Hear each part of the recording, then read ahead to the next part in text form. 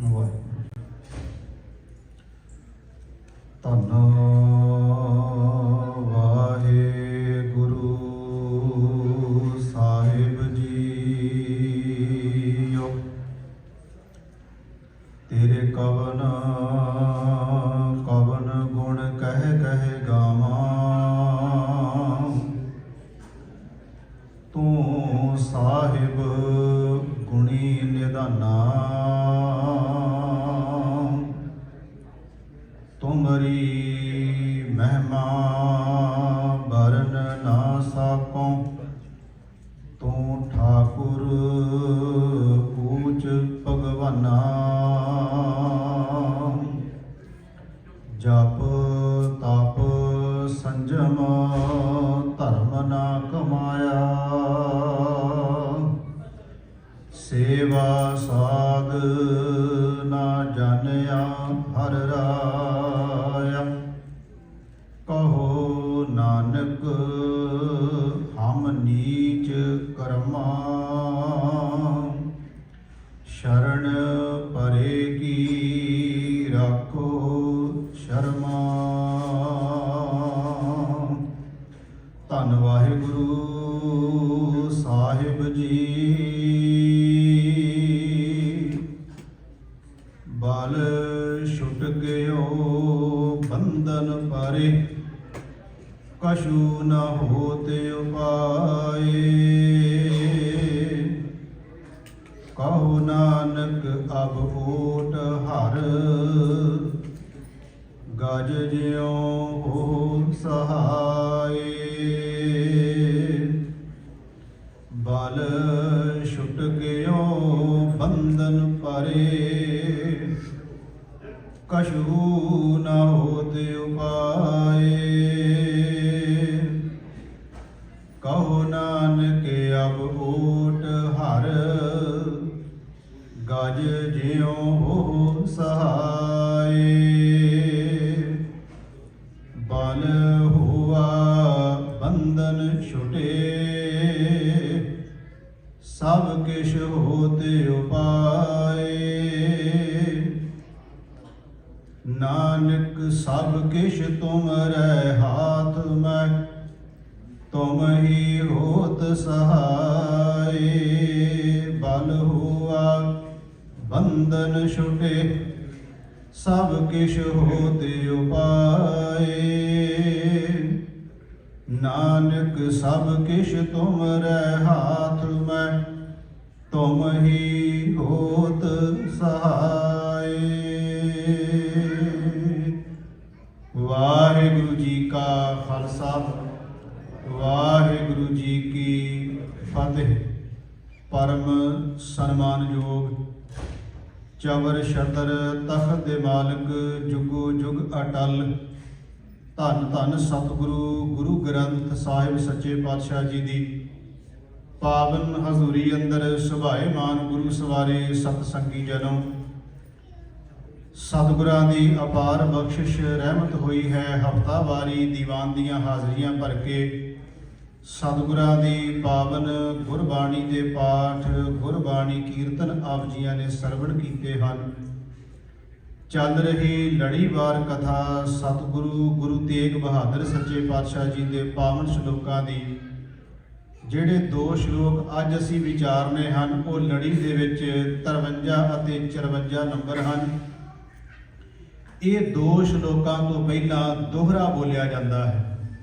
ਜਦੋਂ ਅਸੀਂ ਸ਼ਲੋਕ ਗੁਰੂ ਤੇਗ ਬਹਾਦਰ ਮਹਾਰਾਜ ਜੀ ਦੇ ਸਰਵਣ ਕਰਦੇ ਹਾਂ ਨਾ ਤੇ ਉਦੋਂ ਸ਼ਲੋਕ ਪੜ੍ਹਦਿਆਂ ਜਦੋਂ ਅਸੀਂ ਜਾਂਦੇ ਇਹਨਾਂ ਸ਼ਲੋਕਾਂ ਤੇ ਇਹ ਤੋਂ ਪਹਿਲਾਂ ਬੋਲਿਆ ਜਾਂਦਾ ਦੋਹਰਾ। ਉਸ ਤੋਂ ਅੱਗੇ ਫਿਰ ਇਹ 2 ਸ਼ਲੋਕ ਸ਼ੁਰੂ ਹੁੰਦੇ ਆ। ਇਸ ਕੁੱਲ 57 ਸ਼ਲੋਕ ਨੇ ਜਿਨ੍ਹਾਂ ਦੇ ਅਸੀਂ ਲੜੀਵਾਰ ਵਿਚਾਰ ਕਰ ਰਹੇ ਹਾਂ ਤੇ ਅੱਜ 53 ਤੇ 54 ਨੰਬਰ 2 ਸ਼ਲੋਕਾਂ ਦੀ ਵਿਚਾਰ ਜਿਵੇਂ ਸਤਿਗੁਰੂ ਮਤ ਬੁੱਧ ਸੋਝੀ ਬਖਸ਼ਿਸ਼ ਕਰਨਗੇ ਕਰਨ ਦਾ ਆਪਾਂ ਯਤਨ ਕਰਨਾ ਹੈ।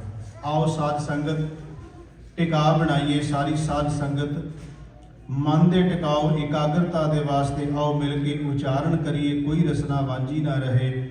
ਪਿਆਰ ਸਤ ਗੱਜ ਵੱਜ ਕੇ ਆਖੋ ਜੀ ਸਤਨਾਮ ਸ਼੍ਰੀ ਵਾਹਿਗੁਰੂ ਜੀ। ਕਰੋ ਸਾਰੀ ਕਿਰਪਾ ਸਤਨਾਮ ਸ਼੍ਰੀ ਵਾਹਿਗੁਰੂ ਜੀ।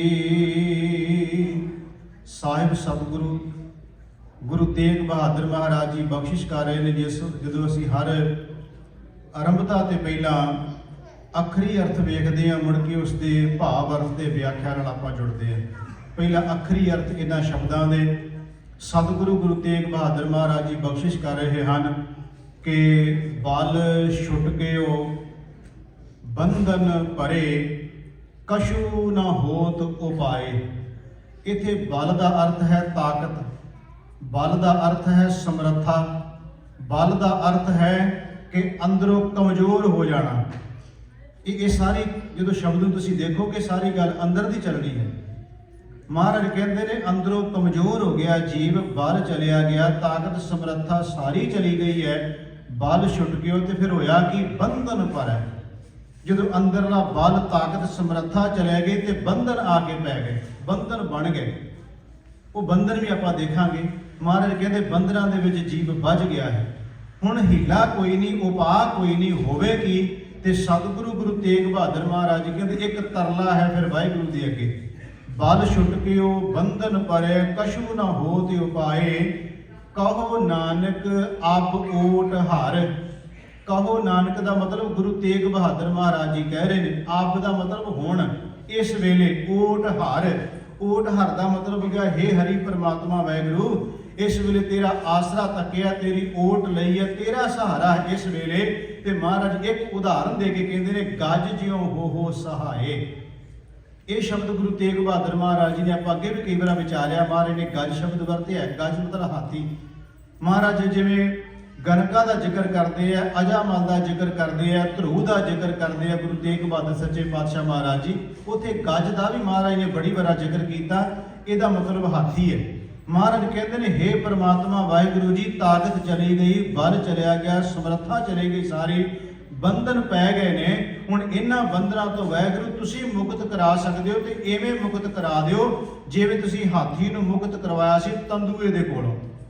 ਹੁਣ ਤੰਦੂਏ ਦੇ ਕੋਲੋਂ ਹਾਥੀ ਦਾ, ਇਹਦੇ ਬਾਰੇ ਕਹਾਣੀ ਇਹ ਲਿਖੀ ਹੈ ਜੋ ਪੁਰਾਣਿਕ ਕਥਾਵਾਂ ਨੇ, ਉਹਦੇ ਵਿੱਚ ਇਹਦਾ ਜ਼ਿਕਰ ਹੈ ਕਿ ਇਹ ਇੱਕ ਗਵਈਆ ਸੀ, ਗਜੇਂਦਰ। ਇਹ ਇੱਕ ਗੰਧਰਵ ਸੀਗਾ। ਇਹ ਗਵਈਆ ਕਹਿ ਲਓ, ਗਾਉਣ ਵਾਲਾ ਸੀ, ਬਹੁਤ ਸੋਹਣਾ ਗਾਉਂਦਾ ਸੀ। ਉਹਨਾਂ ਦੇ ਧਰਮ ਮੁਤਾਬਕ ਜੋ ਕਹਾਣੀ ਲਿਖੀ ਹੈ, ਇਹਨੂੰ ਸ਼ਰਾਪ ਹੋ ਗਿਆ ਕਿਸੇ ਰਿਸ਼ੀ ਦਾ। ਸ਼ਰਾਪ ਹੋਣ ਤੋਂ ਬਾਅਦ ਇਹਨੂੰ ਕਿਹਾ ਤੂੰ ਸੱਪ ਦੀ ਜੂਨ 'ਚ ਚਲਿਆ ਜਾਏਗਾ। ਉਸ ਤੋਂ ਬਾਅਦ ਕਹਿੰਦੇ ਉਸ ਜੂਨ ਵਿੱਚ ਚਲਿਆ ਗਿਆ, ਪਰ ਉਹਨੇ ਨਾਲ ਹੀ ਕਹਿਤਾ ਤੇਰਾ ਪਾਰ ਉਤਾਰਾ ਵੀ ਹੋ ਜਾਏਗਾ। ਸ਼ਰਾਪ ਵੀ ਦਿੱਤਾ ਤੇ ਉਹਦੇ ਭਲੇ ਵਾਸਤੇ ਵੀ ਕਹਿ ਦਿੱਤਾ। ਇਹੋ ਜਿਹੀਆਂ ਕਹਾਣੀਆਂ ਦੂਜੇ ਇਤਿਹਾਸਕ ਗ੍ਰੰਥਾਂ ਵਿੱਚ ਬਹੁਤ ਮਿਲਦੀਆਂ, ਪਰ ਮਹਾਰਾਜ ਨੇ ਜਿਹੜੀ ਉਦਾਹਰਨ ਲਈ ਮੈਂ ਉਹਦਾ ਜ਼ਿਕਰ ਕਰਨ ਲੱਗਿਆ। ਮਹਾਰਾਜ ਕਹਿੰਦੇ ਉਹਨੂੰ ਸ਼ਰਾਪ ਹੋ ਗਿਆ।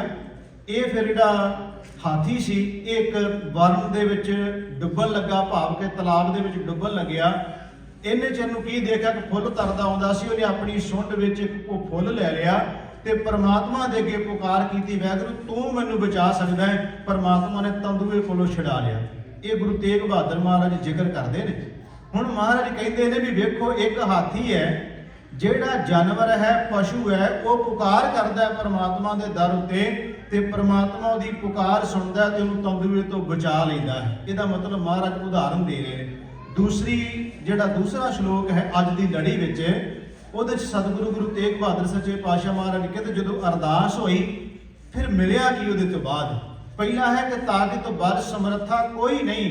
ਹੁਣ ਮਹਾਰਾਜ ਕਹਿੰਦੇ ਜਦੋਂ ਆਸਰਾ ਲੈ ਲਿਆ, ਓਟ ਲੈ ਲਈ ਪਰਮਾਤਮਾ ਦੀ, ਫਿਰ ਪਰਮਾਤਮਾ ਨੇ ਬਲ ਤਾਕਤ ਸਮਰੱਥਾ ਦਿੱਤੀ ਤੇ ਮਿਲਿਆ ਕੀ। ਅਗਲੇ ਸ਼ਲੋਕ ਵਿੱਚ ਮਹਾਰਾਜ ਕਹਿੰਦੇ ਨੇ ਕਿ ਬਲ ਹੋਆ। ਪਹਿਲਾਂ ਕਹਿੰਦੇ ਨੇ ਬਲ ਛੁੱਟ ਗਿਓ, ਸ਼ਬਦ ਨੂੰ ਵੇਖਿਓ ਤੁਸੀਂ। ਅਗਲੇ ਚ ਮਹਾਰਾਜ ਕਹਿੰਦੇ ਬਲ ਹੋਆ। ਹੋਆ ਦਾ ਮਤਲਬ ਤਾਕਤ ਮਿਲ ਗਈ, ਹੁਣ ਸਮਰੱਥਾ ਮਿਲ ਗਈ, ਹੁਣ ਵਾਹਿਗੁਰੂ ਦੀ ਬਖਸ਼ਿਸ਼ ਹੋ ਗਈ। ਸਤਿਗੁਰੂ ਮਹਾਰਾਜ ਕਹਿੰਦੇ ਬਲ ਹੋਆ, ਫਿਰ ਕੀ ਬੰਧਨ ਛੁਟੇ, ਸਭ ਕਿਛ ਹੋਤ ਉਪਾਏ। ਪਹਿਲੇ ਚ ਕਹਿੰਦੇ ਕਛੂ ਨਾ ਹੋਤ ਉਪਾਏ, ਦੂਜੇ ਚ ਕਹਿੰਦੇ ਸਭ ਕਿਛ ਹੋਤ ਉਪਾਏ। ਹੁਣ ਜੋ ਵੀ ਉਪਾਅ ਮੈਂ ਕਰਦਾ ਵਾਹਿਗੁਰੂ, ਇਹ ਉਪਾਅ ਮੇਰੇ ਵਾਸਤੇ, ਮੇਰੇ ਭਲੇ ਵਾਸਤੇ ਹੋ ਰਿਹਾ ਹੈ। ਹੁਣ ਤਾਕਤ ਮਿਲ ਗਈ, ਬਲ ਮਿਲ ਗਿਆ, ਸਮਰੱਥਾ ਮਿਲ ਗਈ, ਸਭ ਕੁਝ ਹੋਤੀ ਉਪਾਏ। ਫਿਰ ਮਹਾਰਾਜ ਕਹਿੰਦੇ ਇੱਥੇ ਵਾਹਿਗੁਰੂ ਮੇਰੀ ਆਪਣੀ ਸਿਆਣਪ ਚਲਾਕੀ ਕੋਈ ਨਹੀਂ ਚੱਲੀ, ਨਾਨਕ ਸਭ ਕੁਝ ਤੁਮਰੇ ਹੱਥ ਮੈਂ। हे ਵਾਹਿਗੁਰੂ ਸਾਰਾ ਕੁਝ ਤੇ ਤੇਰੇ ਹੱਥ ਵਿੱਚ ਹੀ ਹੈ ਨਾ, ਤੁਮ ਹੀ ਹੋਤ ਸਹਾਏ। हे ਵਾਹਿਗੁਰੂ ਤੁਸੀਂ ਹੀ ਸਹਾਇਤਾ ਕੀਤੀ ਹੈ, ਬਲ ਤਾਕਤ ਸਮਰੱਥਾ तुसां बख्शिश की। ये सी अज के श्लोकां के आखिरी अर्थ। हुण असीं इस दी व्याख्या नाल जुड़ना है। गुरु ग्रंथ साहिब सच्चे पातशाह महाराज जी की बाणी चों देखते हैं तो गुरमुखों पहली गल तो ये बाहरी तौर पर असीं बल ताकत वाली गल नहीं लैनी, क्योंकि जे बाहरी गल लवांगे ना तो मैं उदाहरण दे दिया पहला शुरू च। बाहरी बल तो दुनी चंद कोले बहुत सी, महाराज नूं कहंदे हाथी ना लड़ेगा। ਇਹਦਾ मतलब वो बाहरी तौर पर कितना ताकतवर सी, कितना बलवान सी, पर जदों हाथी नाल लड़न की गल आउंदी है तो रातों रात भज जाता। ਇਹਦਾ मतलब ਉਹਦਾ अंदर दा बल नहीं, ਉਹਦੇ कोल अंदर दी ताकत समर्था ਉਹਦੇ कोले नहीं, बाहरी शरीरक बल है। ਉਹਦੀ बराबर ते दूसरे बने भाई बचित्र सिंह शरीरक बल के तौर पर देखोगे तो ਜਿਹੜਾ दुनी चंद है ਉਹਦੇ नालों ते बहुत कमजोर है शरीरक तौर पर, मैं कह रहा। पर इन्नी अंदर ताकत बल इन्ना है, ताकत इन्नी समर्था इन्नी है कि वह हाथी का मुकाबला करने वास्ते तुर निकलता है। मैं तो शुरू च कहता इत्थे जो महाराज जिक्र कर लगे ने असीं ये भाव अर्थां नूं लवांगे कि मनुख के अंदरों ताकत चली जाती। आत्मक ताकत का होना, बलवान होना बहुत जरूरी है। सूबे की कचहरी होवे तो उहदे विच 7 ते 9 साल के बाबे ये गल कहण भी तू जो मर्जी कर लै, सानूं तू झुका नहीं सकता। तो जे बाहरी तौर पर बल वेखोगा तो बाहरी तौर पर उन्हां नालों ताकतवर दे विच तां बहुत उत्थे बैठे सी, किडे किडे बलवान, किडे किडे ताकतवर बंदे बैठे सी, पर अंदरली ताकत एडी सी, समर्था इन्नी है। वो कहंदे वजीर खां तेरा सिर ला के खड़ांगे जे तू सानूं छड्ड दित्ता। 7 ते 9 साल दे कह रहे ने। ਇਹਦਾ मतलब वो किहड़ी ताकत है, किहड़ा बल है, किहड़ी समर्था है जिहड़ी वो वजीर खान नूं वंगार के कह रहे 7 ते 9 साल दे। मैं तां कहा जो अज दे श्लोक असीं दो विचारने हैं, ये बहुत व्याख्या मंगते हैं भी महाराज कहना की चाहते गुरु तेग बहादुर सच्चे पातशाह। हुण गुरु ग्रंथ साहिब की बाणी चों देखते हैं, महाराज कहते हैं कि पहली गल ये मनुख नूं प्रभु के दर ते अरदास ही करनी चाहिए। अज दे श्लोक अरदास भी सिखा रहे हैं। जो कोई बल ताकत समर्था ना हो तो वाहिगुरू का ही आसरा लेना चाहिए है। वैसे जो बंदे को ताकत होंगी उदों रब नाल नहीं जुड़ता, सच्ची गल जी। इनू मान होंदा ना अपने आप के उत्ते, अपनी पैसे का मान है, जायदाद का मान है, अपनिया बाहां का मान है, अपने शरीर का मान है, ताकत का मान करता है। महाराज कहते जिहदा मान इन्ना करता है वाहिगुरू परमात्मा ने चाहया तो उहदी खेड़ का कोई नहीं पता लगता। सतगुरु गुरु अर्जुन देव सच्चे पातशाह सुखमनी साहिब की बाणी च कहंदे हैं, मेरे गरीब नवाज पातशाह महाराज कहते हैं चीटी ते सतगुरु महाराज ने कहा कि जिहड़ी कीड़ी है ये भी परमात्मा चाहे तो बड़े बड़े लश्करां नूं स्वाह कर सकती है। बड़े बड़े लश्कर एक कीड़ी नाल स्वाह किए जा सकते हैं। सतगुरु महाराज जी कहते मनुख दे कोले ताकत बल बाहरी तौर पर समर्था होवे, उहदा मान ते अहंकार करता है, पर जदों मान अहंकार बंदे का चलिया जाता फिर प्रभु के दर ते डिग पैंदा कि वाहिगुरू हुण मेरे अंदर कोई बल ताकत ते समर्था रही नहीं। सतगुरु गुरु ग्रंथ साहिब की बाणी चो आओ देखिए, महाराज कहते हैं पहली गल ये मनुख सोच लवे कि जो कुछ बंदे दे कोलों करन दी समर्था नहीं, वो परमात्मा का ओट आसरा लै लवे तो परमात्मा वो कुछ करा दिंदा है जिहड़ा कदी बंदे ने सोचिया भी नहीं हुंदा। मैं सुखमनी साहिब की बाणी चो एक पदा पढ़न लगे हैं गुरु अर्जुन देव सच्चे पातशाह महाराज जी का। उहदे च पता लगेगा कि जो कुछ नहीं सी हो सकता परमात्मा के दर ते अरदास की तो वो कुछ हो गया। वो हुण वेखियो जिहड़ा शब्द पढ़न लगा मैं, महाराज कहते सुन अंधा कैसे मार्ग पावै। जिहड़ियां संगतां सुखमनी साहिब का पाठ करदियां उन्होंने पता होएगा, याद आ जाणगी इत्थों तां। सुन अंधा कैसे मार्ग पावे। महाराज कहते अन्ना बंदा सुन के दसो किद्दां राह लभ लेगा। जिहड़ा अखां तो अन्ना होवे उहनूं राह किद्दां पता लग जाएगा। सुन अंधा कैसे मार्ग पावै, कर गह लियो ओड़ निभावै, कहां बुझारत बूझै डोरा। बुझार दा अर्थ है सैनत। बोले बंदे नूं सैनत की करेगी, ਉਹਦੀ ਗੱਲ ਉਹਨੂੰ समझ ही नहीं आ रही। महाराज कहते सुन अंधा कैसे मार्ग पावै, कर गह लियो ओड़ निभावै, कहां बुझारत बूझै डोरा, निस कहिए तो समझे भोरा। निस मैंने रात, ਉਹਨੂੰ रात को दिन समझी जाता है। सुन अंधा कैसे मार्ग पावै, कर गह लियो ओड़ निभावै, कहां बुझारत बूझै डोरा, निस कहिए तो समझे भोरा, कहां बिशद पद गावै गुंग, जतन करे तो पी सुर भंग। महाराज कहते जिहड़ा बंदा गूंगा होवे ਉਹਨੂੰ ਤੁਸੀਂ कहो भी राग सुना, की सुनाएगा बेचारा, क्योंकि बोल ही नहीं सकता। वो जतन भी करे तो महाराज कहते सुर नहीं मिलेगी। सतगुरु गुरु तेग बहादुर सच्चे पातशाह महाराज जी कृपा कर रहे ने कि सुन अंधा कैसे मार्ग पावै, कर गए लेहो ऊट निभावै। कहाँ बुझारत बूझे डोरा, निस कहिए तो समझे भोरा। कहाँ विष्णु पद गावै गुंग, जतन करे तो पी सुर भंग। कह पिंगल पर्वत पर भवन, नहीं होत वहां उस गमन। ते अखीरलियां तुकां किहड़ियां ने, करतार करना मैं दीन बेनती करे, गाज्यों हो सहाये। महाराज कहते ने करतार करना मैं दीन बेनती करे, नानक तुमरी किरपा तरे। हे वैगुरु जीओ अरदास कर देवे कि परमात्मा तू किरपा कर। फिर अन्ना वेख भी सकता है, बूढ़ा सुन भी सकता है, गूंगा गा भी सकता है, पिघला पहाड़ी ते चढ़ भी सकता है। ये गुरु ग्रंथ साहब की बाणी चो कह लगे हैं। सतगुरु महाराज कहते पिंगल पर्वत पार परै, खल चतर बकीता। अंदले तेरे भवन सूझिया, गुर भेट पुनीता। महिमा साधु संग की सुनो मेरे मीता, मैल कोई कोट अग हरे निर्मल भै चीता। महाराज कहते पिंगला पहाड़ी ते भी चढ़ सकता है, गूंगा बोल भी सकता है, बोला सुन भी सकता है। कदों? महाराज कहते करतार करना मैं दीन बेनती करे, नानक तुमरी किरपा करे। जो सारा कुछ परमात्मा उत्ते सुटदे, वैगुरू तू हुण बल ते ताकत समर्था दे मैनू। मैं जिहड़ा बेनती कर रहा तुहाडे चरनां विच, ध्यान च रखियो श्लोकां दोनां नूं। पहले च कहंदे ने महाराज के ताकत समर्था सारी चली गई। ਜਿਹੜਾ भी यतन उपाय करदा महाराज कोई सिरे नहीं चढ़दा। जिवें हाथी दा तुसीं बचाव कीता, मेरी सहायता करो। ते गुरु तेग बहादुर महाराज कहते रब ने जदों सहायता कीती जीव दी, फिर होया कि हुण सारियां ताकतां बल समर्था मिल गई।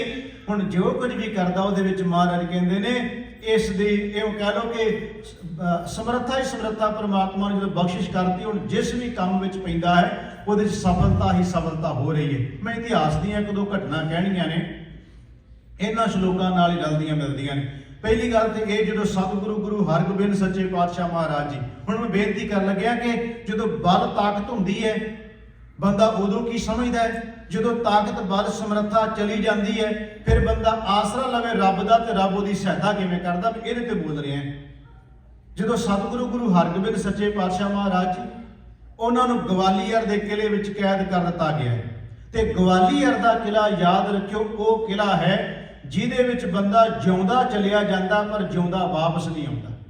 ਗਵਾਲੀਅਰ ਦਾ ਕਿਲਾ ਕਿਉਂ ਚੁਣਿਆ ਗਿਆ ਮਹਾਰਾਜ ਵਾਸਤੇ? ਇਸ ਕਰਕੇ ਕਿਉਂਕਿ ਗਵਾਲੀਅਰ ਦੇ ਕਿਲੇ ਵਿੱਚ ਉਹ ਲੋਕ ਕੈਦ ਕੀਤੇ ਹੋਏ ਨੇ ਜਿਨ੍ਹਾਂ ਤੋਂ ਬਗਾਵਤ ਦਾ ਡਰ ਹੈ ਵੀ ਇਹ ਬਗਾਵਤ ਕਰ ਦੇਣਗੇ। ਜਿਨ੍ਹਾਂ ਤੋਂ ਉਸ ਵੇਲੇ ਡਰ ਸੀ ਉਹ ਗਵਾਲੀਅਰ ਦੇ ਕਿਲੇ ਵਿੱਚ ਕੈਦ ਕੀਤੇ ਵੱਡੇ ਰਾਜੇ 52 ਸਨ ਤੇ ਛੋਟੇ ਮਿਲਾ ਕੇ ਕੁੱਲ 101 ਸੀ। ਪਿਆਰਾ ਸਿੰਘ ਪਦਮ ਦੀ ਪੁਸਤਕ ਹੈ ਕਿ ਗੁਰੂ ਕੀਆਂ ਸਾਖੀਆਂ, ਉਹਦੇ ਵਿੱਚ ਜਦੋਂ ਅਸੀਂ ਦੇਖਦੇ ਹਾਂ ਭੱਟਵਈਆਂ ਦੇ ਵਿੱਚ ਜਦੋਂ ਅਸੀਂ ਦੇਖਦੇ ਹਾਂ ਉਹਦੇ 'ਚ ਉਹਨਾਂ ਨੇ ਜ਼ਿਕਰ ਕੀਤਾ ਇਸ ਦਾ। ਮੈਂ ਬੇਨਤੀ ਕਰਨ ਲੱਗਿਆ ਕਿ ਗੁਰੂ ਹਰਗੋਬਿੰਦ ਮਹਾਰਾਜ ਜੀ ਉੱਥੇ ਪਹੁੰਚ ਜਾਂਦੇ ਆ। ਉੱਥੋਂ ਦਾ ਜੇਲ੍ਹ ਦਾ ਦਰੋਗਾ ਕਹਿੰਦਾ ਮਹਾਰਾਜ ਜਿਹੜਾ ਇੱਥੇ ਆ ਜਾਂਦਾ ਹੈ ਉਹਨੂੰ ਖਾਣੇ ਵਿੱਚ ਜ਼ਹਿਰ ਪਾ ਕੇ ਦਿੱਤਾ ਜਾਂਦਾ, ਹੌਲੀ ਹੌਲੀ ਉਹਦੀ ਮੌਤ ਹੋ ਜਾਂਦੀ ਹੈ, ਤੁਸੀਂ ਇੱਥੋਂ ਦਾ ਖਾਣਾ ਨਹੀਂ ਖਾਣਾ। ਮਹਾਰਾਜ ਨੇ ਸੱਚਮੁੱਚ ਉੱਥੋਂ ਦਾ ਪ੍ਰਸ਼ਾਦਾ ਨਹੀਂ ਛਕਿਆ। ਸਗੋਂ ਗੁਰੂ ਹਰਗੋਬਿੰਦ ਮਹਾਰਾਜ ਨੇ ਕਿਹਾ ਅੱਜ ਤੋਂ ਬਾਅਦ ਜੇਲ੍ਹ ਦਾ ਖਾਣਾ ਕੋਈ ਵੀ ਨਹੀਂ ਖਾਏਗਾ, ਇੱਥੇ ਲੰਗਰ ਚੱਲੇਗਾ। ਮਹਾਰਾਜ ਕਹਿੰਦੇ ਸਾਰੇ ਲੰਗਰ ਵਿੱਚੋਂ ਪ੍ਰਸ਼ਾਦਾ ਛਕਣਗੇ। ਗੁਰੂ ਹਰਗੋਬਿੰਦ ਮਹਾਰਾਜ ਨੇ ਲੰਗਰ ਚਲਾ ਦਿੱਤਾ। ਉੱਥੇ ਸਾਧ ਸੰਗਤ ਜੀ ਦੀਵਾਨ ਸਜਣਾ ਸ਼ੁਰੂ ਹੋ ਗਿਆ। ਇਹ ਸਾਖੀ ਮੈਂ ਤਾਂ ਕਹਿ ਰਿਹਾ, ਤੁਕਾਂ ਧਿਆਨ ਚ ਰੱਖਿਓ। ਬਲ ਹੋਆ ਪਹਿਲਾਂ ਮਹਾਰਾਜ ਕਹਿੰਦੇ ਨੇ ਕਿ ਬਲ ਛੁਟਕਿਓ ਬੰਧਨ ਪਰੈ ਕਛੁ ਨ ਹੋਤੇ ਉਪਾਏ। ਅਗਲੀ ਤੁਕ ਚ ਕਹਿੰਦੇ ਬਲ ਹੋਆ ਬੰਧਨ ਛੁਟੈ ਸਭ ਕੁਛ ਹੋਤੇ ਉਪਾਏ। ਇਹ ਸਾਖੀ ਇਸ ਗੱਲ ਨੂੰ ਵਿਆਖਿਆ ਕਰਦੇ ਕਿ ਦੋਨਾਂ ਸ਼ਲੋਕਾਂ ਦੀ। ਸਤਿਗੁਰੂ ਗੁਰੂ ਹਰਗੋਬਿੰਦ ਸੱਚੇ ਪਾਤਸ਼ਾਹ ਮਹਾਰਾਜ ਜੀ ਉੱਥੇ ਪਹੁੰਚ ਜਾਂਦੇ।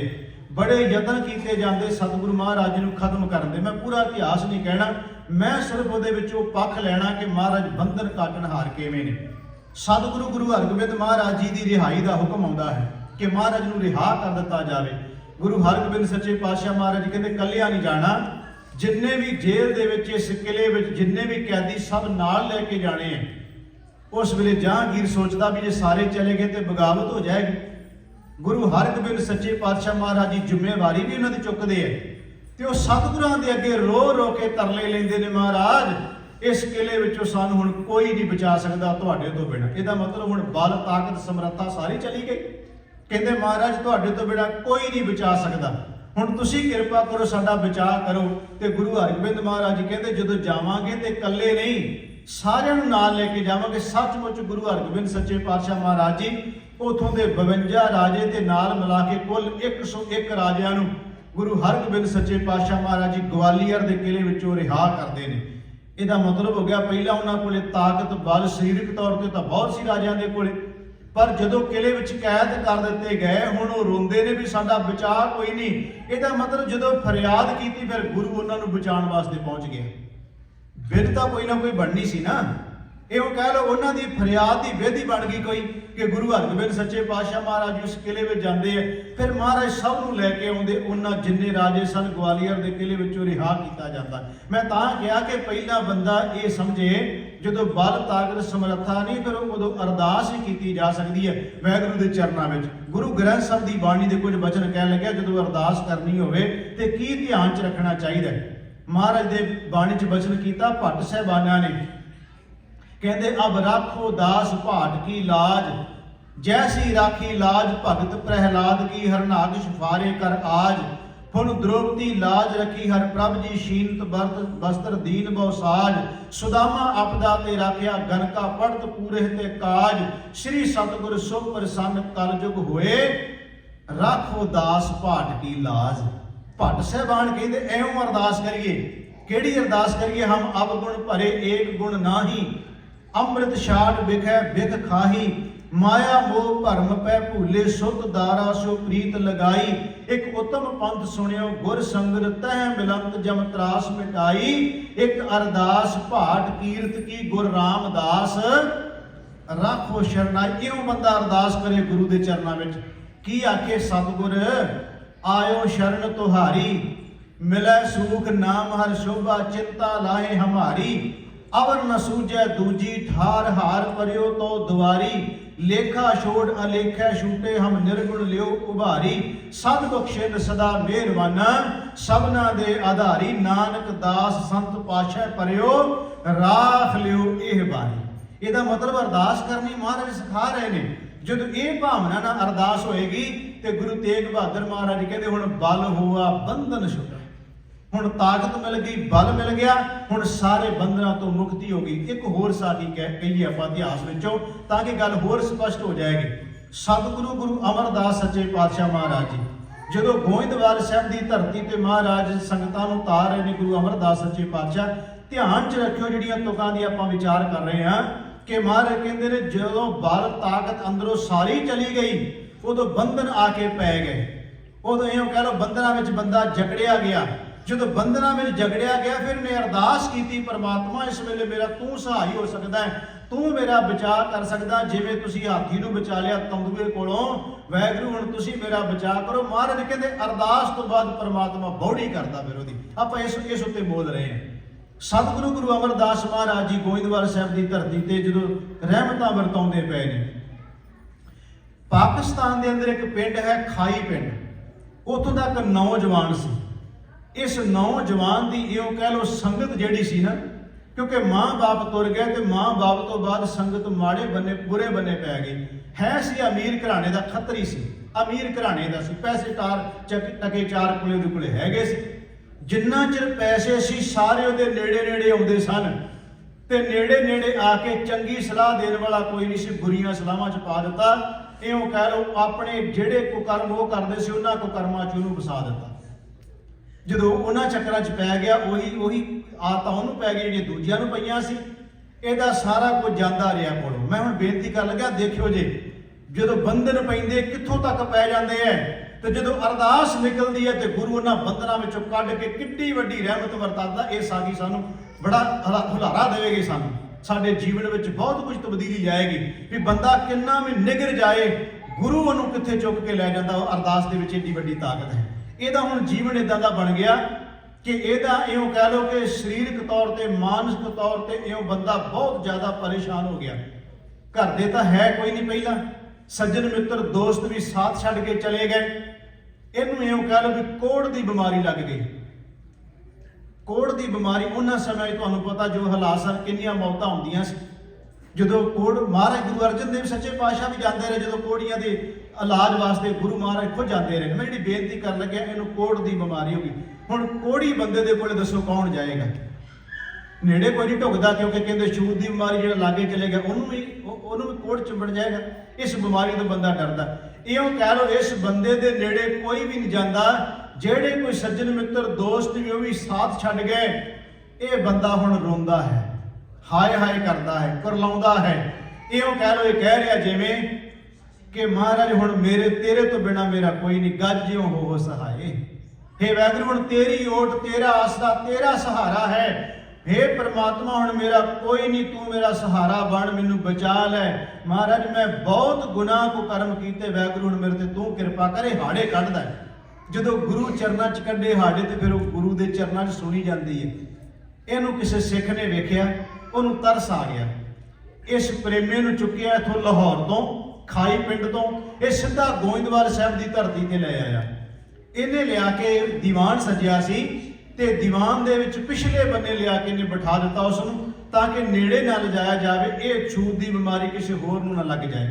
ਇਹ ਉੱਥੋਂ ਚੁੱਕ ਕੇ ਲਿਆਇਆ ਇਹਨੇ ਗੋਇੰਦਵਾਲ ਸਾਹਿਬ ਦੀ ਧਰਤੀ ਤੇ ਲਿਆ ਕੇ ਸੰਗਤ ਦੇ ਪਿਛਲੇ ਬੰਨੇ ਲਿਆ ਕੇ ਬਿਠਾ ਦਿੱਤਾ। ਸਤਿਗੁਰੂ ਮਹਾਰਾਜ ਜੀ ਆਏ, ਦੀਵਾਨ ਸਜਿਆ, ਮਹਾਰਾਜ ਸਿੰਘਾਸਨ ਤੇ ਬੈਠੇ। ਗੁਰੂ ਅਮਰਦਾਸ ਮਹਾਰਾਜ ਜੀ ਨੇ ਆਪਣੀ ਦ੍ਰਿਸ਼ਟੀ ਭਰ ਕੇ ਇੱਕ ਵਾਰ ਸਾਰੀ ਸੰਗਤ ਵੱਲੇ ਤੱਕਿਆ। ਮਹਾਰਾਜ ਦੂਰ ਤੱਕ ਸਾਰਿਆਂ ਵੱਲੇ ਵੇਖਦੇ ਨੇ ਗੁਰੂ ਅਮਰਦਾਸ ਮਹਾਰਾਜ ਜੀ। ਜਦੋਂ ਇਹਨਾਂ ਦੀ ਮਹਾਰਾਜ ਦੀ ਦ੍ਰਿਸ਼ਟੀ ਪੈਂਦੀ ਹੈ ਉਸ ਪ੍ਰੇਮੇ ਦੇ ਉੱਤੇ, ਤੇ ਮਹਾਰਾਜ ਇੱਕ ਸਿੱਖ ਨੂੰ ਪੁੱਛਦੇ ਆ ਵੀ ਉਹ ਜਿਹੜਾ ਨੌਜਵਾਨ ਪਿਛਲੇ ਬੰਨੇ ਬੈਠਾ ਹੈ, ਮਹਾਰਾਜ ਕਹਿੰਦੇ ਉਹਨੂੰ ਲਿਆਓ ਸਾਡੇ ਕੋਲੇ, ਇੱਥੇ ਨੇੜੇ ਲਿਆਓ। ਮੈਂ ਬੇਨਤੀ ਕਰਨ ਲੱਗਿਆ ਵੀ ਬਲ ਹੋਆ ਬੰਧਨ ਛੁਟੇ, ਸਭ ਕੁਝ ਹੋ ਤੇ ਉਪਾਏ ਕਿੱਦਾਂ ਬਣਦੇ ਆ। ਮਹਾਰਾਜ ਕਹਿੰਦੇ ਇਹਨੂੰ ਇੱਥੇ ਲੈ ਕੇ ਆਓ ਸਾਡੇ ਕੋਲੇ। ਉਹਨੂੰ ਸਿੱਖਾਂ ਨੇ ਚੁੱਕਿਆ, ਮਹਾਰਾਜ ਦੇ ਕੋਲ ਨੇੜੇ ਲਿਆ ਕੇ ਬਿਠਾ ਦਿੱਤਾ। ਸਤਿਗੁਰੂ ਗੁਰੂ ਅਮਰਦਾਸ ਮਹਾਰਾਜ ਜੀ ਕਹਿੰਦੇ ਭਈ ਇਹਨੂੰ ਕਿੱਥੋਂ ਲਿਆਂਦੇ ਜੇ, ਕੌਣ ਹੈ, ਇਹਦੀ ਹਾਲਤ ਏਦਾਂ ਕਿਉਂ ਹੋਈ? ਉਹਨੇ ਫਿਰ ਰੋ ਰੋ ਕੇ ਸਤਿਗੁਰੂ ਗੁਰੂ ਅਮਰਦਾਸ ਦੇ ਚਰਨਾਂ 'ਚ ਕਿਹਾ, ਮਹਾਰਾਜ ਮੇਰਾ ਨਾਮ ਪ੍ਰੇਮਾ ਹੈ, ਮੈਂ ਖੱਤਰੀ ਕੁਲ ਵਿੱਚੋਂ ਹਾਂ। ਮਹਾਰਾਜ ਮੇਰੇ ਘਰ ਵਿੱਚ ਬਹੁਤ ਕੁਝ ਸੀ, ਮੇਰਾ ਮਾਂ ਬਾਪ ਤੁਰ ਗਿਆ ਸੰਸਾਰ ਤੋਂ, ਮੇਰੀ ਸੰਗਤ ਮਹਾਰਾਜ ਬੁਰਿਆਂ ਨਾਲ ਪੈ ਗਈ। ਉਹਨਾਂ ਬੰਦਿਆਂ ਨੇ ਮਹਾਰਾਜ ਮੇਰੀ ਹਾਲਤ ਅੱਜ ਇਹ ਕਰਤੀ, ਮੈਂ ਉਸ ਸੰਗਤ ਵਿੱਚ ਫਸ ਕੇ ਆੜੀ ਬਿਮਾਰੀ ਸਹੇੜੀ ਹੈ, ਮੈਂ ਉਹਨਾਂ ਦਾ ਕਰਕੇ ਸਹੇੜ ਲਈ ਹੈ। ਗੁਰੂ ਅਮਰਦਾਸ ਮਹਾਰਾਜ ਜੀ ਦੇ ਚਰਨਾਂ 'ਚ ਹਾੜੇ ਕੱਢਦਾ, ਮਹਾਰਾਜ ਹੁਣ ਤੁਸੀਂ ਬਚਾ ਸਕਦੇ ਹੋ ਮੈਨੂੰ। ਇਸ ਵੇਲੇ ਮਹਾਰਾਜ ਮੇਰੀ ਸਹਾਇਤਾ ਕੋਈ ਨਹੀਂ ਕਰ ਸਕਦਾ, ਮੇਰੀ ਤਾਕਤ, ਮੇਰਾ ਬਲ, ਮੇਰੀ ਸਮਰੱਥਾ ਮੇਰੇ ਅੰਦਰੋਂ ਸਾਰੀ ਚਲੀ ਗਈ। ਮਹਾਰਾਜ ਨੂੰ ਬਚਾ ਲਓ ਜੇ ਤੁਸੀਂ ਬਚਾ ਸਕਦੇ ਹੋ। ਤੇ ਗੁਰੂ ਅਮਰਦਾਸ ਤਰਸ ਦੇ ਘਰ ਵਿੱਚ ਆਏ। ਮਹਾਰਾਜ ਕਹਿੰਦੇ ਨੇ ਦੋ ਸਿੱਖਾਂ ਨੂੰ, ਕਹਿੰਦੇ ਇਸ ਪ੍ਰੇਮੇ ਨੂੰ ਸਵੇਰੇ ਤੇ ਸ਼ਾਮ ਇਹਦਾ ਇਸ਼ਨਾਨ ਕਰਵਾਉਣਾ। ਕੁਝ ਇਤਿਹਾਸਕਾਰ ਕਹਿੰਦੇ ਨੇ ਕਿ ਗੁਰੂ ਅਮਰਦਾਸ ਮਹਾਰਾਜ ਜੀ ਨੇ ਕਿਹਾ ਸੀ ਸਾਡੇ ਚਰਨ ਧੋਣ ਤੋਂ ਬਾਅਦ ਜਿਹੜਾ ਜਲ ਹੋਵੇ, ਪਾਣੀ ਹੋਵੇ, ਉਹਦੇ ਨਾਲ ਸਵੇਰੇ ਤੇ, ਕੁਝ ਇਤਿਹਾਸਕਾਰ ਇਹਦਾ ਵੀ ਜ਼ਿਕਰ ਕੀਤਾ ਕਿ ਇਹਦਾ ਸਵੇਰੇ ਤੇ ਸ਼ਾਮ ਇਸ਼ਨਾਨ ਕਰਵਾਉਣਾ ਹੈ ਤੇ ਇਹਨੂੰ ਸਵੇਰ ਸ਼ਾਮ ਸੰਗਤ ਵਿੱਚ ਲੈ ਕੇ ਆਉਣਾ ਹੈ। ਸਾਧ ਸੰਗਤ ਜੀ ਦਾ ਇਸ਼ਨਾਨ ਸਵੇਰੇ ਸ਼ਾਮੀ ਹੁੰਦਾ ਹੈ, ਉਹਨੂੰ ਸੰਗਤ ਵਿੱਚ ਸਵੇਰ ਤੇ ਸ਼ਾਮ ਸਿੱਖ ਲੈ ਕੇ ਆਉਂਦੇ ਹੈ। ਉਹਦੀ ਸੇਵਾ ਵਾਸਤੇ ਕਹਿ ਲਓ ਕਿ ਮਹਾਰਾਜ ਨੇ ਸੇਵਾਦਾਰ ਲਾ ਦਿੱਤੇ। ਹੁਣ 1 ਦਿਨ 2 ਦਿਨ 4 ਦਿਨ 5 ਦਿਨ ਜਿਵੇਂ ਜਿਵੇਂ ਸਤਿਗੁਰੂ ਦੀ ਸੰਗਤ ਕਰਦਾ ਹੈ, ਮਹਾਰਾਜ ਦੇ ਚਰਨਾਂ 'ਚ ਆਉਂਦਾ ਹੈ, ਸਤਿਗੁਰੂ ਦੀ ਦ੍ਰਿਸ਼ਟੀ ਪੈਂਦੀ ਹੈ ਇਹਦੇ ਉੱਤੇ। ਇਹ ਦਿਨੋਂ ਦਿਨ ਹੁਣ ਇਹਦਾ ਸਰੀਰ ਰਿਸ਼ਟ ਪੁਸ਼ਟ ਹੋ ਰਿਹਾ ਹੈ, ਤੰਦਰੁਸਤ ਹੋ ਰਿਹਾ ਹੈ, ਕਿਉਂਕਿ ਭਰ ਜੋਬਨ ਜਵਾਨੀ ਵਿੱਚ ਸੀ, ਅਜੇ 25-26 ਸਾਲ ਦੀ ਇਹਦੀ ਉਮਰ ਹੈ। 1 ਦਿਨ 2 ਦਿਨ 4 ਦਿਨ 5 ਦਿਨ 10 ਦਿਨ, ਇਹੋ ਕਹਿ ਲਓ ਮਹੀਨਾ 2 ਮਹੀਨੇ ਨਿਕਲੇ ਤੇ ਜਿਹੜੇ ਚੁੱਕ ਕੇ ਲਿਆਏ ਸੀ ਪ੍ਰੇਮੇ ਨੂੰ, ਉਹ ਵੀ ਸਿਆਣਦੇ ਨੇ ਵੀ ਉਹੀ ਪ੍ਰੇਮਾ ਹੈ। ਇੰਨਾ ਖੂਬਸੂਰਤ, ਸੁੰਦਰ ਦਾੜਾ, ਸੋਹਣੀ ਦਸਤਾਰ, ਸੋਹਣਾ ਉਹਦੇ ਤਨ ਦੇ ਉੱਤੇ ਬਸਤਰ, ਮਹਾਰਾਜ ਦੇ ਚਰਨਾਂ 'ਚ ਆ ਕੇ ਬੈਠਦਾ, ਗੁਰੂ ਗੁਰੂ ਜਪਦਾ। ਕੋਈ ਸਿਆਣਦਾ ਹੀ ਨਹੀਂ ਵੀ ਉਹ ਪ੍ਰੇਮਾ ਹੋਏਗਾ ਜਿਹਨੂੰ 2-4 ਮਹੀਨੇ ਪਹਿਲਾਂ ਚੁੱਕ ਕੇ ਲਿਆਂਦਾ ਸੀ, ਜਿਹੜਾ ਹਾਏ ਹਾਏ ਕਰਦਾ ਸੀ। ਸਤਿਗੁਰੂ ਮਹਾਰਾਜ ਦੇ ਚਰਨਾਂ 'ਚ ਬੈਠਾ, ਜਦੋਂ ਸਮਾਂ ਮਿਲਦਾ ਲੰਗਰ ਦੀ ਸੇਵਾ, ਬਰਤਨਾਂ ਦੀ ਸੇਵਾ, ਬਾਣੀ ਪੜ੍ਹਦਾ, ਪੱਖਾ ਚੱਲਦਾ, ਜੋ ਵੀ ਸਾਰਾ ਦਿਨ ਲੱਗਾ ਰਹਿੰਦਾ। ਸਤਿਗੁਰੂ ਗੁਰੂ ਅਮਰਦਾਸ ਮਹਾਰਾਜ ਜੀ ਮਿਹਰ ਦੇ ਘਰ ਵਿੱਚ ਆਏ। ਮੈਂ ਜਿਹੜੀ ਬੇਨਤੀ ਕਰ ਰਿਹਾ, ਜਦੋਂ ਬੰਦੇ ਅੰਦਰ ਬਲ, ਤਾਕਤ, ਸਮਰੱਥਾ ਨਹੀਂ ਹੁੰਦੀ, ਉਦੋਂ ਉਹਦੀ ਹਾਲਤ ਕੀ ਹੋ ਜਾਂਦੀ ਹੈ। ਫਿਰ ਜਦੋਂ ਗੁਰੂ ਉਹਦੀ ਅਰਦਾਸ ਸੁਣ ਕੇ ਬਲ, ਤਾਕਤ, ਸਮਰੱਥਾ ਬਖਸ਼ਿਸ਼ ਕਰਦਾ ਹੈ, ਫਿਰ ਕਿੱਥੋਂ ਤੱਕ ਮਹਾਰਾਜ ਉਸ ਨੂੰ ਸਿੱਖ ਨੂੰ ਚੁੱਕ ਕੇ ਲੈ ਜਾਂਦੇ, ਏਡੀ ਵੱਡੀ ਕਿਰਪਾ ਕਿਵੇਂ ਵਰਤਾ ਦਿੰਦੇ ਆ। ਹੁਣ ਮੈਂ ਬੇਨਤੀ ਕਰ ਰਿਹਾ ਕਿ ਮਹਾਰਾਜ ਗੁਰੂ ਅਮਰਦਾਸ ਸੱਚੇ ਪਾਤਸ਼ਾਹ ਨੇ ਕੁਝ ਮਹੀਨਿਆਂ ਬਾਅਦ ਭਰੀ ਹੋਈ ਸੰਗਤ ਦਾ ਇਕੱਠ ਸੀ, ਮਹਾਰਾਜ ਨੇ ਦੀਵਾਨ ਸਜਾਇਆ। ਸਜੇ ਦੀਵਾਨ ਵਿੱਚ ਗੁਰੂ ਅਮਰਦਾਸ ਮਹਾਰਾਜ ਜੀ ਕਹਿੰਦੇ ਵੀ ਅਸੀਂ ਚਾਹੁੰਦੇ ਹਾਂ ਇਸ ਪ੍ਰੇਮੇ ਦਾ ਘਰ ਵਸ ਜਾਏ, ਇਸ ਪ੍ਰੇਮੇ ਦਾ ਘਰ ਵਸ ਜਾਏ। ਮਹਾਰਾਜ ਕਹਿੰਦੇ ਘਰ ਵਸਾਉਣਾ ਚਾਹੁੰਦੇ ਆ, ਕੋਈ ਆਪਣੀ ਬੇਟੀ ਦਾ ਰਿਸ਼ਤਾ ਕਰ ਦੇਵੇ ਪ੍ਰੇਮੇ ਨੂੰ।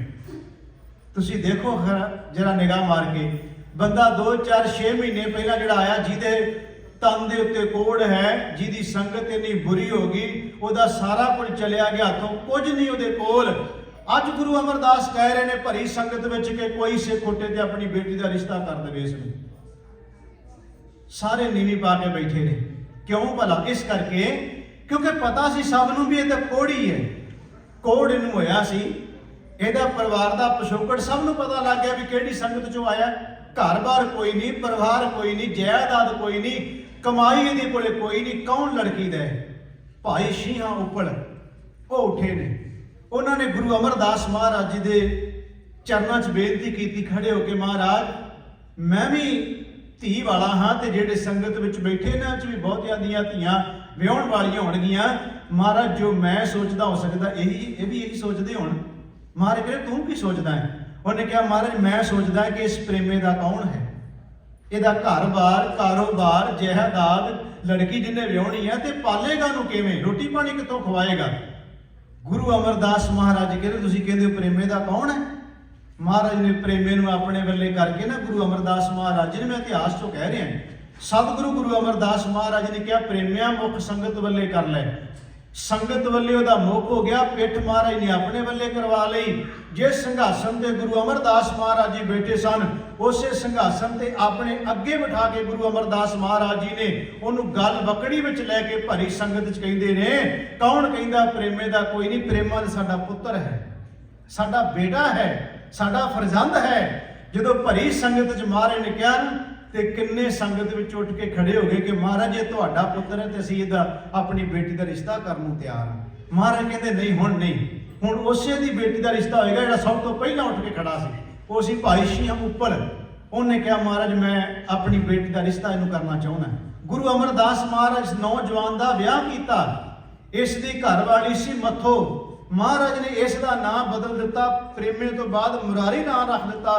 ਤੇ ਜਦੋਂ ਗੁਰੂ ਅਮਰਦਾਸ ਨੇ 22 ਮੰਜੀਆਂ ਸਥਾਪਿਤ ਕੀਤੀਆਂ, 22 ਮੰਜੀਆਂ ਦਾ ਮਤਲਬ ਸੀ ਜਿਹੜੀਆਂ ਦੂਰ ਦੂਰ ਤੱਕ ਪ੍ਰਚਾਰਕ ਭੇਜੇ ਸਨ ਮਹਾਰਾਜ ਨੇ ਵੀ ਸਿੱਖੀ ਦਾ ਪ੍ਰਚਾਰ ਕਰਨ ਵਾਸਤੇ। ਉਹਨਾਂ ਵਿੱਚੋਂ ਇੱਕ ਹੈ ਮੱਥੋ ਮੁਰਾਰੀ ਦੀ ਮੰਜੀ। ਜਿਹਨੂੰ ਨੂੰ ਸ਼ੌਂਕ ਹੋਵੇ ਕਿਤਾਬ ਪੜ੍ਹਿਓ ਗੁਰੂ ਅਮਰਦਾਸ ਦਾ ਜੀਵਨ, ਉਹਦੇ ਵਿੱਚ 22 ਮੰਜੀਆਂ ਵਿੱਚ ਇੱਕ ਮੰਜੀ ਹੈ ਮੱਥੋ ਤੇ ਮੁਰਾਰੀ ਦੀ। ਉਹਨੂੰ ਪੜ੍ਹ ਕੇ ਦੇਖਿਓ, ਤੁਹਾਡੇ ਰੌਂਗਟੇ ਖੜੇ ਹੋ ਜਾਣਗੇ ਕਿ ਗੁਰੂ ਅਮਰਦਾਸ ਮਹਾਰਾਜ ਜੀ ਉਸੇ ਲਾਹੌਰ ਵਿੱਚ ਭੇਜਦੇ ਜਿਸ ਲਾਹੌਰ ਵਿੱਚੋਂ ਉਹਨੂੰ ਚੁੱਕ ਕੇ ਲਿਆਂਦਾ ਸੀ। ਮਹਾਰਾਜ ਉੱਥੇ ਭੇਜ ਕੇ ਕਹਿੰਦੇ ਪ੍ਰੇਮਿਆ ਤੂੰ ਉੱਥੇ ਚਲਿਆ ਜਾ ਤੇ ਗੁਰੂ ਨਾਨਕ ਦੇ ਘਰ ਦਾ ਪ੍ਰਚਾਰ ਕਰ ਜਾ ਕੇ। ਉੱਥੇ ਮਹਾਰਾਜ ਨੇ ਪ੍ਰਚਾਰਕ ਥਾਪਿਆ ਉਸ ਨੂੰ ਤੇ ਉਹਦੀ ਘਰ ਵਾਲੀ ਦੋਨਾਂ ਨੂੰ ਭੇਜ ਕੇ ਮਹਾਰਾਜ ਕਹਿੰਦੇ ਆ ਮੱਥੋ ਮੁਰਾਰੀ ਦੇ ਨਾਮ ਦੀ ਇਹ ਮੰਜੀ ਹੈ ਜਿਨ੍ਹਾਂ ਨੂੰ ਪ੍ਰਚਾਰ ਵਾਸਤੇ ਲਾਹੌਰ ਭੇਜਿਆ। ਮੈਂ ਬੇਨਤੀ ਕੀਤੀ ਵੇਖੋ ਜਿਹੜਾ ਬੰਦਾ ਲਾਹੌਰੋਂ ਜਿਹਨੂੰ ਚੁੱਕ ਕੇ ਲਿਆਂਦਾ, ਤਨ ਦਾ ਕੋੜੀ ਸੀ, ਬਲ ਤਾਕਤ ਸਮਰੱਥਾ ਕੋਈ ਉਹਦੇ ਕੋਲ ਨਹੀਂ, ਪਰ ਗੁਰੂ ਦੇ ਦਰ ਤੇ ਆ ਕੇ ਡਿੱਗ ਪਿਆ। ਗੁਰੂ ਨੇ ਇਹੋ ਜਿਹਾ ਬਲ, ਇਹੋ ਜਿਹੀ ਤਾਕਤ, ਇਹੋ ਜਿਹੀ ਸਮਰੱਥਾ ਉਹਦੇ ਅੰਦਰ ਪੈਦਾ ਕਰ ਦਿੱਤੀ ਕਿ ਮਹਾਰਾਜ ਨੇ ਉਸੇ ਇਲਾਕੇ ਦਾ ਪ੍ਰਚਾਰਕ ਥਾਪ ਦਿੱਤਾ। ਇਉਂ ਕਹਿ ਲਓ ਜਦੋਂ ਗੁਰੂ ਅਮਰਦਾਸ ਦਾ ਜ਼ਿਕਰ ਚੱਲੇਗਾ ਤੇ ਉਸ ਮੱਥੋ ਮੁਰਾਰੀ ਦਾ ਜ਼ਿਕਰ ਵੀ ਚੱਲਣਾ ਹੈ। ਇਹਦਾ ਮਤਲਬ ਕੋਈ ਗੁਰੂ ਦੀ ਰਹਿਮਤ ਵਰਤਦੀ ਤਾਂ ਹੈ ਨਾ ਜਦੋਂ ਅਸੀਂ ਅਰਦਾਸ ਕਰਦੇ ਹਾਂ। ਮਹਾਰਾਜ ਕਹਿ ਰਹੇ ਨੇ ਅੱਜ ਦੇ ਸ਼ਲੋਕਾਂ ਵਿੱਚ ਕਿ ਬਲ ਛੁਟਕਿਓ ਬੰਧਨ ਪਰੈ ਕਛੂ ਨ ਹੋ ਤਿਉ ਪਾਏ, ਕਹੋ ਨਾਨਕ ਅਬ ਓਟ ਹਰ ਗੱਜ ਜਿਉ ਹੋ ਸਹਾਏ। ਦੂਜੇ ਚ ਮਹਾਰਾਜ ਕਹਿੰਦੇ ਬਲ ਹੋਆ ਬੰਧਨ ਛੁਟੈ ਸਭ ਕਿਛ ਹੋ ਤਿਉ ਪਾਏ, ਨਾਨਕ ਸਭ ਕਿਛ ਤੁਮਰੇ ਹਾਥ ਮੈਂ ਤੁਮ ਹੀ ਹੋਤ ਸਹਾਏ। ਇੱਕ ਹੋਰ ਛੋਟੀ ਜੀ ਹੋਰ ਘਟਨਾ ਕਹਿ ਕੇ ਫਿਰ ਥੋੜਾ ਜਿਹਾ ਸਮਾਂ ਆਪਾਂ ਭਾਈ ਮਨੀ ਸਿੰਘ ਦੇ ਜੀਵਨ ਤੇ ਵੀ ਲਾਉਣਾ ਕਿਉਂਕਿ ਅੱਜ ਉਹਨਾਂ ਦਾ ਸ਼ਹੀਦੀ ਦਿਹਾੜਾ ਵੀ ਹੈ। ਆਪਾਂ ਜੋ ਲੜੀਵਾਰ ਵਿਚਾਰ ਚੱਲ ਰਹੀ ਪਹਿਲਾਂ ਉਸ ਨੂੰ ਅਸੀਂ ਸੰਪੂਰਨ ਕਰਨਾ ਹੈ। ਮੈਂ ਜਿਹੜੇ 2 ਸ਼ਬਦਾਂ ਉੱਤੇ ਬੋਲ ਰਿਹਾ ਸ਼ਲੋਕਾਂ ਉੱਤੇ, ਉਹਦੇ ਪਹਿਲੇ ਦਾ ਭਾਵ ਹੈ ਕਿ ਬਲ ਸਮਰੱਥਾ ਕੋਈ ਨਹੀਂ ਰਹਿ ਗਈ, ਮਹਾਰਾਜ ਸਹਾਇਤਾ ਕਰੋ। ਦੂਜੇ ਚ ਹੈ ਕਿ ਜਦੋਂ ਪ੍ਰਮਾਤਮਾ ਸਹਾਇਤਾ ਕਰਦਾ, ਸਮਰੱਥਾ ਬਲ ਤਾਕਤ ਬਖਸ਼ ਦਿੰਦਾ ਹੈ, ਫਿਰ ਸਾਰੇ ਉਪਾਅ ਉਸ ਬੰਦੇ ਦੇ ਰਾਸ ਆ ਜਾਂਦੇ ਹੈ। ਹੁਣ ਆਪਾਂ ਉਸੇ ਗੁਰੂ ਸਾਹਿਬ ਦਾ ਜ਼ਿਕਰ ਕਰ ਲਈਏ ਜਿਸ ਗੁਰੂ ਦੀ ਬਾਣੀ ਦੀ ਵਿਆਖਿਆ ਕਰ ਰਹੇ ਹਾਂ। ਕਸ਼ਮੀਰੀ ਪੰਡਤਾਂ ਨੂੰ ਕਹਿ ਦਿੱਤਾ ਗਿਆ ਵੀ ਤੁਹਾਡਾ ਧਰਮ ਖਤਰੇ ਵਿੱਚ ਹੈ। ਔਰੰਗਜ਼ੇਬ ਨੇ, ਮੈਂ ਉਹਦੇ ਵਿੱਚ ਸਿਰਫ ਉਹ ਪਾਕੀ ਸਿਰਫ ਰੱਖਣਾ, ਸਾਰਾ ਇਤਿਹਾਸ ਨਹੀਂ। ਉਹਨਾਂ ਦਾ ਕਹਿ ਲਓ ਕਿ ਬਲ ਤਾਕਤ ਸਾਰਾ ਚਲਿਆ ਗਿਆ। ਜਦੋਂ ਕਿਹਾ ਨਾ ਵੀ ਤੁਹਾਨੂੰ ਜਾਂ ਤੇ ਇਸਲਾਮ ਚ ਆਉਣਾ ਪਏਗਾ, ਇਹ ਬੰਦਿਆਂ ਨੇ ਜਾ ਕੇ ਮੰਦਿਰਾਂ 'ਚ ਟੱਲ ਵੀ ਖੜਕਾਏ, ਇਹਨਾਂ ਨੇ ਜਾ ਕੇ ਮੂਰਤੀਆਂ ਨੂੰ ਭੋਗ ਵੀ ਲਵਾਏ, ਇਹਨਾਂ ਨੇ ਗੁਫਾ ਵਿੱਚ ਬਹਿ ਬਹਿ ਕੇ ਸਾਰੀਆਂ ਦੇਵੀਆਂ ਨੂੰ ਵੀ ਧਿਆ ਕੇ ਦੇਖ ਲਿਆ, ਕੋਈ ਸਹਾਇਤਾ ਕਰਨ ਵਾਲਾ ਨਹੀਂ ਇਹਨਾਂ ਦਾ। ਇਤਿਹਾਸ ਤਾਂ ਇਹ ਕਹਿੰਦਾ ਹੈ ਕਿ ਇਹਨਾਂ ਨੇ ਜਦੋਂ ਸਾਰੇ ਆਪਣੇ 33 ਕਰੋੜ ਦੇਵੀ ਦੇਵਤੇ ਵੀ ਧਿਆ ਕੇ ਦੇਖ ਲਏ, ਜਿੰਨੇ ਭਗਵਾਨ ਸੀ ਸਾਰੇ ਭਗਵਾਨ ਵੀ ਅਰਾਧ ਕੇ ਵੇਖ ਲਏ, ਕੋਈ ਬਾਹ ਫੜਨ ਵਾਲਾ ਇਹਨਾਂ ਦੇ ਸਾਹਮਣੇ ਨਹੀਂ ਆ ਰਿਹਾ। ਫਿਰ ਕਹਿੰਦੇ ਇਹਨਾਂ ਨੂੰ ਆਵਾਜ਼ ਆਉਂਦੀ ਹੈ ਕਿ ਜੇ ਤੁਹਾਡੀ ਕੋਈ ਬਾਹ ਫੜ ਸਕਦਾ ਹੈ ਉਹ ਗੁਰੂ ਨਾਨਕ ਦੀ ਜੋਤ ਹੈ ਤੇ ਅਨੰਦਪੁਰ ਸਾਹਿਬ ਦੀ ਧਰਤੀ ਤੇ ਚਲੇ ਜਾਓ। ਇਹਦਾ ਮਤਲਬ ਇਹਨਾਂ ਨੂੰ ਕੋਈ ਅੰਦਰੋਂ ਆਵਾਜ਼ ਤਾਂ ਮਿਲਦੀ ਹੈ ਨਾ ਵੀ ਸਾਡੀ ਇਸ ਵੇਲੇ ਬਾਹ ਫੜਨ ਵਾਲਾ ਕੌਣ ਹੈ। ਇਹ ਫਿਰ ਆਉਂਦੇ ਆ ਅਨੰਦਪੁਰ ਸਾਹਿਬ ਦੀ ਧਰਤੀ ਤੇ। ਕੇ ਸਤਿਗੁਰੂ ਗੁਰੂ ਤੇਗ ਬਹਾਦਰ ਮਹਾਰਾਜ ਨੂੰ ਕੀ ਕਹਿ ਰਹੇ ਨੇ। ਜਿਹੜੇ ਸ਼ਲੋਕਾਂ ਦੀ ਮੈਂ ਵਿਚਾਰ ਕਰ ਰਿਹਾ ਉਹਦੇ ਤੇ ਬੜੀ ਢੁਕੇਗੀ ਇਹ ਗੱਲ ਕਿ ਮਹਾਰਾਜ ਨੂੰ ਆ ਕੇ ਕਹਿੰਦੇ ਗੱਜ ਕੇ ਬੰਧਨ ਕਾਟਣ ਹਾਰੇ। ਇਹ ਇਤਿਹਾਸਕਾਰਾਂ ਨੇ ਜੋ ਲਿਖਿਆ ਉੱਥੇ ਗੁਰੂ ਤੇਗ ਬਹਾਦਰ ਸਾਹਿਬ ਨੂੰ ਕਹਿ ਰਹੇ ਨੇ। ਇਹ ਇਤਿਹਾਸਕ ਵਿਦਵਾਨਾਂ ਦੀਆਂ ਸਤਰਾਂ ਜਿਹੜੀਆਂ ਮੈਂ ਬੋਲਣ ਲੱਗਾ, ਬਾਣੀ ਦੀਆਂ ਨਹੀਂ, ਇਹ ਤੁਕਾਂ ਜਿਹੜੀਆਂ ਮੈਂ ਹੁਣ ਬੋਲਣ ਲੱਗਾ। ਉਹਨਾਂ ਕਿਹਾ ਗੱਜ ਕੇ ਬੰਧਨ ਕਾਟਣ ਹਾਰੇ, ਤੁਮ ਹੋ ਗੁਰੂ ਨਾਨਕ ਅਵਤਾਰੇ। ਜਿਮ ਰਾਖੀ ਦ੍ਰੋਪਦੀ ਲਾਜ, ਦੈ ਸਦਾਮ ਸਵਾਰੇ ਕਾਜ। ਦੈ ਸਵਾਰ ਸਦਾਮੇ ਕਾਜ। ਉਹਨਾਂ ਨੇ ਕਿਹਾ ਮਹਾਰਾਜ ਤੁਸੀਂ ਹਾਥੀ ਦੇ ਬੰਧਨ ਵੀ ਤੁਸੀਂ ਕੱਟਣ ਵਾਲੇ ਹੋ, ਮਹਾਰਾਜ ਦ੍ਰੋਪਦੀ ਦੀ ਲਾਜ ਰੱਖਣ ਵਾਲੇ ਵੀ ਤੁਸੀਂ ਹੋ, ਗੁਰੂ ਨਾਨਕ ਦੀ ਜੋਤ ਹੋ ਤੁਸੀਂ, ਤੇ ਸਦਾਮੇ ਦੇ ਕੰਮ ਵੀ ਤੁਸੀਂ ਸਵਾਰੇ ਨੇ। ਇਹਦਾ ਮਤਲਬ ਅੰਦਰੋਂ ਬਲ ਤਾਕਤ ਸਾਰੀ ਚਲੀ ਗਈ। ਗੁਰੂ ਦੇ ਦਰ ਤੇ ਆ ਕੇ ਡਿੱਗ ਪਏ ਕਸ਼ਮੀਰੀ ਪੰਡਤ। ਉਹਨਾਂ ਆ ਕੇ ਰੋ ਕੇ ਕਿਹਾ ਕਿ ਗੱਜ ਕੇ ਬੰਧਨ ਕਾਟਣ ਹਾਰੇ, ਤੁਮ ਹੋ ਗੁਰੂ ਨਾਨਕ ਅਵਤਾਰੇ। ਜਿਮ ਰਾਖੀ ਦ੍ਰੋਪਦੀ ਲਾਜ, ਦੈ ਸਵਾਰ ਸਦਾਮੇ ਕਾਜ। ਮਹਾਰਾਜ ਜਿਸ ਤਰ੍ਹਾਂ ਉਹਨਾਂ ਦੇ ਕੰਮ ਤੁਸੀਂ ਸਵਾਰੇ, ਤੁਹਾਡੇ ਦਰ ਦੇ ਉੱਤੇ ਆਏ ਆ, ਸਾਡੀ ਬਾਹ ਫੜ ਲਓ। ਗੁਰੂ ਤੇਗ ਬਹਾਦਰ ਮਹਾਰਾਜ ਨੂੰ ਕਹਿ ਰਹੇ ਨੇ। ਇਹਦਾ ਮਤਲਬ ਬਲ ਤਾਕਤ ਸਮਰੱਥਾ ਸਾਰੀ ਚਲੀ ਗਈ। ਗੁਰੂ ਤੇਗ ਬਹਾਦਰ ਮਹਾਰਾਜ ਜੀ ਨੇ ਜਦੋਂ ਬਾਹ ਫੜ ਲਈ ਉਹਨਾਂ ਦੀ, ਫਿਰ ਮਹਾਰਾਜ ਨੇ ਕਿਹਾ ਬਾਹੇ ਜਿਨ੍ਹਾਂ ਦੀ ਪਕੜੀਏ ਸਿਰ ਦੀਜੈ, ਬਾਹੇ ਨਾ ਛੋੜੀਏ। ਇਹ ਭੱਟਵਈਆਂ ਦੇ ਵਿੱਚ ਉਹਨਾਂ ਦੇ ਬੋਲ ਨੇ। ਮੈਂ ਬੇਨਤੀ ਕਰ ਰਿਹਾ, ਸਤਿਗੁਰਾਂ ਨੇ ਬਾਹ ਫੜੀ ਗੁਰੂ ਤੇਗ ਬਹਾਦਰ ਮਹਾਰਾਜ ਜੀ ਨੇ, ਤੇ ਬਾਹ ਇਹੋ ਜੀ ਫੜੀ ਆਪਣੇ ਸਰੀਰ ਦਾ ਭਾਂਡਾ ਤੇ ਭੰਨ ਦਿੱਤਾ, ਪਰ ਇਹਨਾਂ ਦਾ ਤਿਲਕ ਜੰਜੂ ਮਹਾਰਾਜ ਨੇ ਗੁਰੂ ਤੇਗ ਬਹਾਦਰ ਸਾਹਿਬ ਨੇ ਬਚਾ ਲਿਆ। ਇਹਦਾ ਮਤਲਬ ਹੋ ਗਿਆ ਜਦੋਂ ਕੋਈ ਬੰਦਾ ਆ ਕੇ ਗੁਰੂ ਦੇ ਦਰ ਉੱਤੇ ਡਿੱਗ ਪੈਂਦਾ ਹੈ, ਗੁਰੂ ਫਿਰ ਇਹੋ ਜੀ ਬਾਹ ਫੜਦਾ, ਆਪਣਾ ਸਿਰ ਤਾਂ ਦੇ ਦੇਗਾ ਪਰ ਉਹਦੀ ਬਾਹ ਨਹੀਂ ਛੱਡੇਗਾ। ਇਹਦਾ ਮਤਲਬ ਏਡੀ ਵੱਡੀ ਤਾਕਤ, ਇੰਨਾ ਵੱਡਾ ਬਲ ਮਿਲਦਾ ਗੁਰੂ ਦੇ ਦਰ ਤੋਂ ਆ ਕੇ।